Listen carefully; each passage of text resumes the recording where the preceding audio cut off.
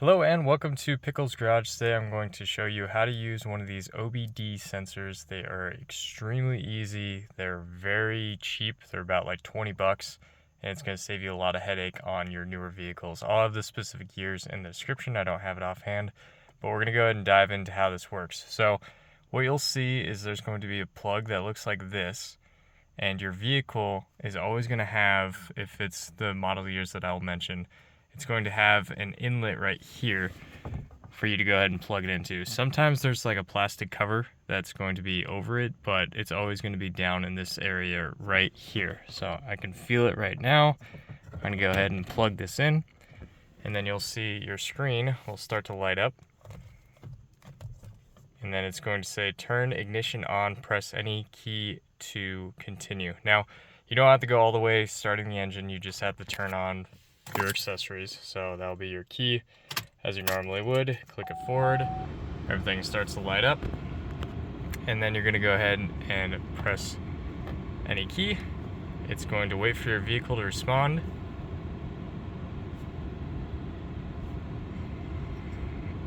Doesn't usually take too long, and then you're going to see different codes here. So it does have code found 1 for me. It's going to go right into it. So usually these first two we'll ignore. We'll go to the engine and then we'll go ahead and read the code, and then we'll hit stored code, and you're going to see that I have a P0420 catalytic system efficiency below threshold bank 1. Now some will just give you the code and then you can go ahead and Google that. Just do P0420 for Camaro for the year, and then it will usually give you this statement as well as possible fixes and possible causes that you can go through. Now, my specific issue is probably going to be my catalytic converter is bad, or the O2 sensor specifically for my vehicle down that bank, because you're going to have one bank on one side, one bank on the other side for your car. You just have to follow that down, and I would be able to go ahead and replace those things. So for now, I'm going to go ahead and clear this because I'm hoping that is an electrical issue. So I would just do exit, exit, and then I have the option to erase the code. Now, what will happen when I erase this is, one, it will remove the check engine light when I go ahead and start it next, which is great, but it'll also reset the drive cycle. Now, the drive cycle for your vehicle is going to vary a little bit depending on your make, but for the most part, you'll have to do 40 miles per hour, stop go traffic, consistent 40 miles per hour, different things like that. And so it's your computer making sure that you're driving under normal conditions before it tells you that your vehicle is running perfectly fine. You wouldn't want it to try and give a snap decision to say like everything works great if it hasn't actually gone through different steps. So some other things that you can do on this is you can do diagnostics. It can run different things. Obviously now it's not going to show that I have any codes, but it is going to show the different monitors that I have. So let's see. So we'll go back into diagnostic, and so you could test before you go to emissions to make sure that all of your drive cycle has been completed. And so you can see monitors okay. You can go into the engine here.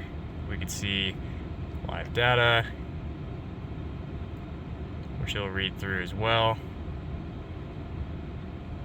You can see fuel system, NA, all those things haven't been completed yet just because I haven't driven. IM readiness is going to be your most important one for if you're going through emissions. So you can do this drive cycle, and it'll tell you if your misfire monitor is good, everything, catalytic converter. If you have the INC or N/A, it means that it hasn't been completed yet, incomplete. And so if I was to take this vehicle to emissions right now, I would fail because it would know that I reset my computer, and therefore it's not an accurate description that everything is running okay. So again, if you were to want to, do some tests and then restart your vehicle just to make sure that everything is going to look good for emissions, you would have to go into this drive cycle and just make sure that everything shows as okay or completed. So that is just a brief rundown of these OBDs. Like I said, they're about 20 bucks. it's your best friend. It's better than going to a mechanic that might read through it and give you some sort of weird information. And so I highly recommend this. But like I said, you could always take that code, type it into Google, find various websites that will lead you onto what you need to do to fix your own vehicle. So hopefully this was helpful. Thank you very much for watching. I'll see you on the next one. Feel free to like and subscribe.